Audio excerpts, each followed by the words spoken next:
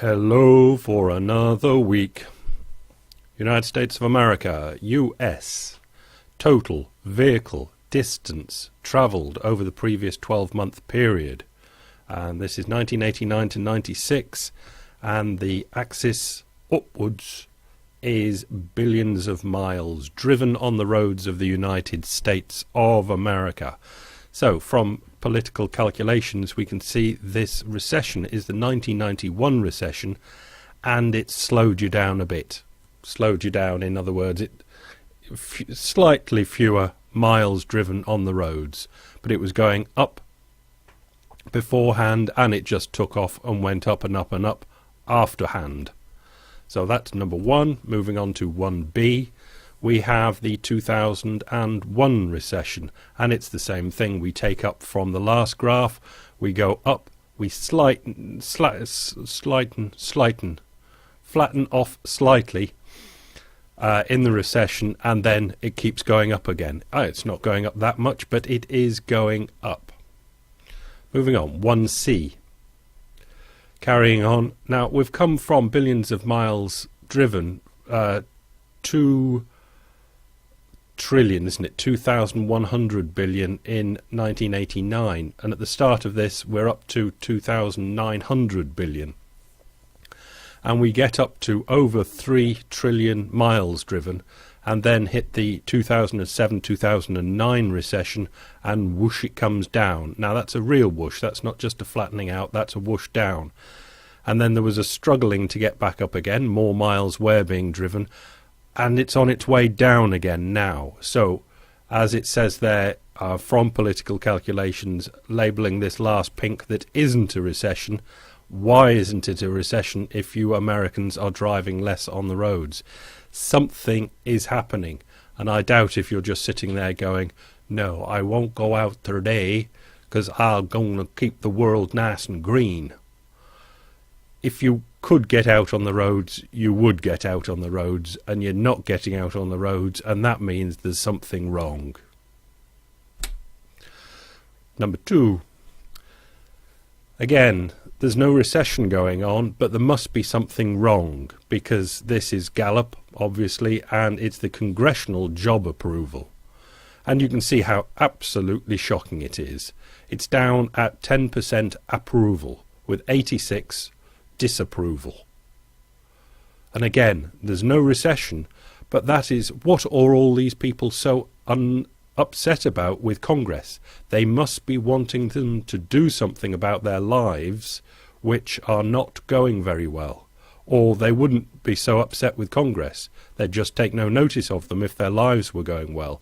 There is something going wrong in the country, and if nothing else, that shows it. Only 10% approval of Congress. Right, where are households on the deleveraging cycle? So this is the United States of America, so it's deleveraging, and it's one of those scribbled docs or PDF type things. The ratio of household debt to disposable personal income fell rapidly during the recession, 2007-2009, as consumers defaulted on loans. That's how you kind of did this deleveraging, by defaulting, paid down debt and took out fewer loans. According to some economists, this household debt reduction, deleveraging, has constrained consumer spending, contributing to a longer, deeper recession and slower recovery. I think we're all happy with that, aren't we? As households strengthen their balance sheets, their ability to take on new debt to finance consumption is improving, but household debt remains elevated by historical standards, and the determinants of consumer spending remain weak. So it was written in not very well, but we get the idea from it. But there's just a little thing there. As households strengthen their balance sheets, their ability to take on new debt to finance consumption is improving. You've got to... I'll come back to that when I show the graph. The great leveraging of America began in the mid-80s with the wider use of credit cards and the introduction of home equity lines of credit. By the year 2000, household debt had grown to more than 90% of disposable income, and by the end of 2007 it had peaked up at 129%. See figure 1, so we'll go to 3b for figure 1. And that's the peaking at about 130, and it's down to just over 110 now.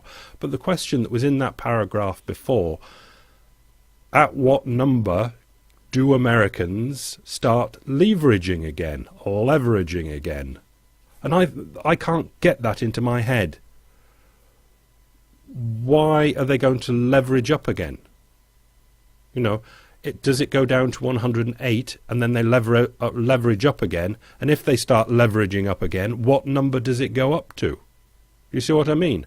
Why do we think it'll go down to a small number and then leverage up again? And it seems to me that if that is going to happen, it's going to have to go down to a very, very, very, very low number in order to leverage up again.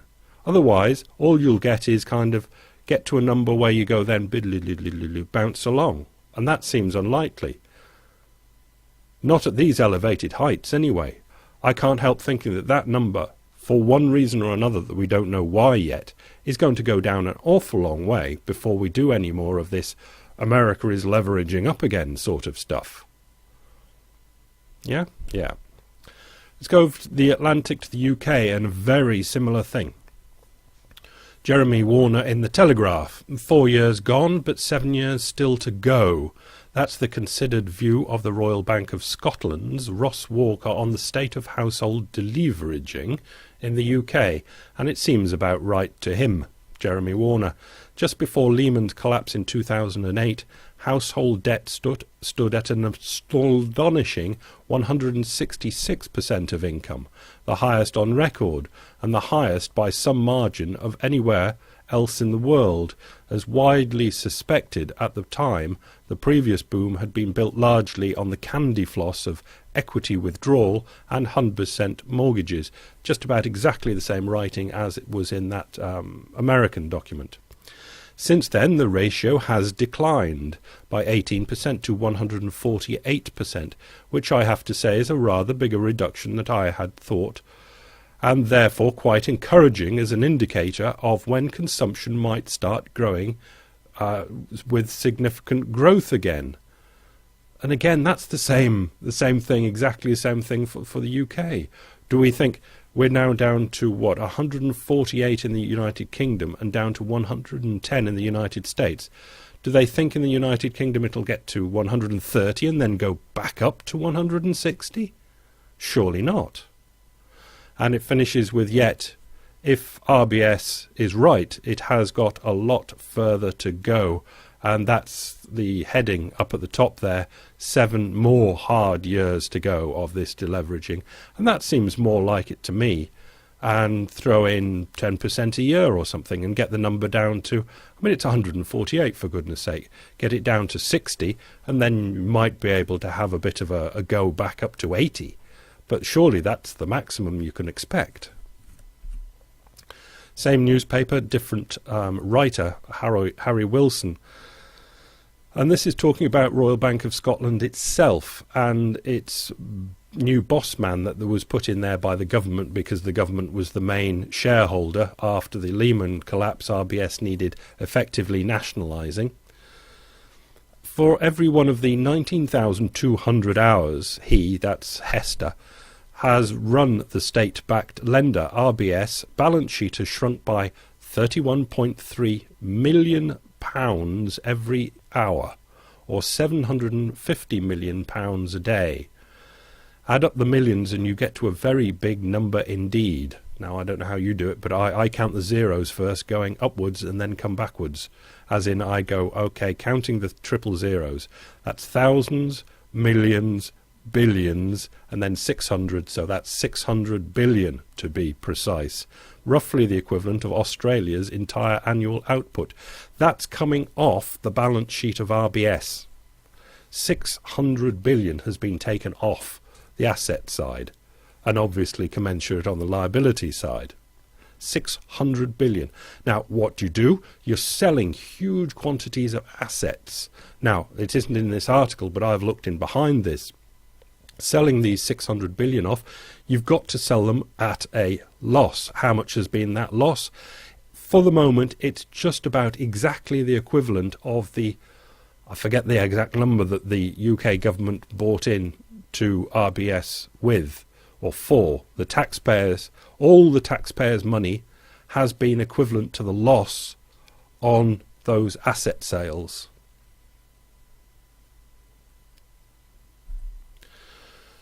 This must be the New York Times, because it's Paul Krugman and Cameron and the Confidence Fairy, an update. So America talking about the UK. Back in June 2010, when George Osborne unveiled the Cameron government austerity plan, it was all about confidence. This is Krugman's favourite thing, the Confidence Fairy. Higher interest rates, more business failures, sharper rises in unemployment and potentially even catastrophic loss in confidence at the end of the recovery. We cannot let that happen. This budget, the politicians giving it blah blah, is needed to deal with our country's debt. This budget is needed to give confidence to our economy. This is the unavoidable budget. And so Paulie asks, how's it going? And when it comes to confidence, he's dragged this out of UK information, and it's the Nationwide Consumer Confidence Index. You can see it coming from 2004 down to 2008, which is odd, and then it goes up in the years 9 and 10, which is odd, and then now it's going down again. And I've got no explanation for that. I just think it's weird that they started losing confidence so early in 2007. I would have thought that would have gone up to 2009. The UK mentality absolutely baffles my mind, but we can see that their consumer confidence has been dropping for the last 2 years, and you don't have a big recovery on the back of that. And to put this in context, Japan, this is this morning's February the 13th, Japan's GDP shrinks 2.3% in the fourth quarter. Japan's economy shrank for the third time in 4 quarters, but that's, that nuclear blow-up dented a couple of those. Between October and December, after floods in Thailand damaged production and a strong yen and subdued overseas demand hurt exports. Well, I have no idea why they've put in the floods in Thailand. I'm sure it makes sense, but I don't understand it. Strong yen, the yen's been strong for years now. Subdued overseas demand, naturally, because the world is very subdued. This is just to show Japan is not kicking it. But the reason that they don't even mention in this article why they're not kicking it is because every now and then, regularly, since the lost 2 decades started, Japan goes in for austerity to try and make the budget look a bit better. And that's what they've tried, and that's why it's gone down again. They still cannot do any austerity without the economy pancaking. Opinion, Financial Times. It was yesterday, but it's still up today. Obviously, Europe can learn from Japan's austerity endgame. The road to fiscal hell is sometimes paved with the best intentions.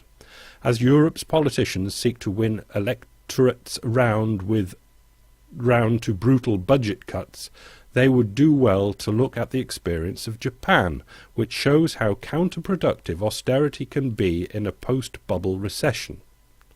And you say, well, this is getting on for 25 years with Japan now. Can you never do austerity again? Hey. When Japan's bubble economy imploded in the early 1990s, public finances were in surplus, good start, and government debt was a mere 20% of GDP, and we know most Western countries are now 80 to 100 of GDP. 20 years on, and a bit more, The government is running a yawning deficit, and gross public debt has swollen to sumo size, 200% of GDP. Now, I think some countries, the United States will probably get away with 200, but I'm not sure many others would. Have to be big exporting countries. How did it get from there to here? Not by lavish public spending, as is sometimes assumed. Japan's experiment with Keynesian-style public works programs ended in 1997. True, they had failed to trigger durable economic recovery, but the alternative hypothesis that fiscal and monetary virtue would be enough proved woefully mistaken. Economic growth had been positive in the first half of the lost decade, but after the government raised consumption tax in 1998, any momentum vanished.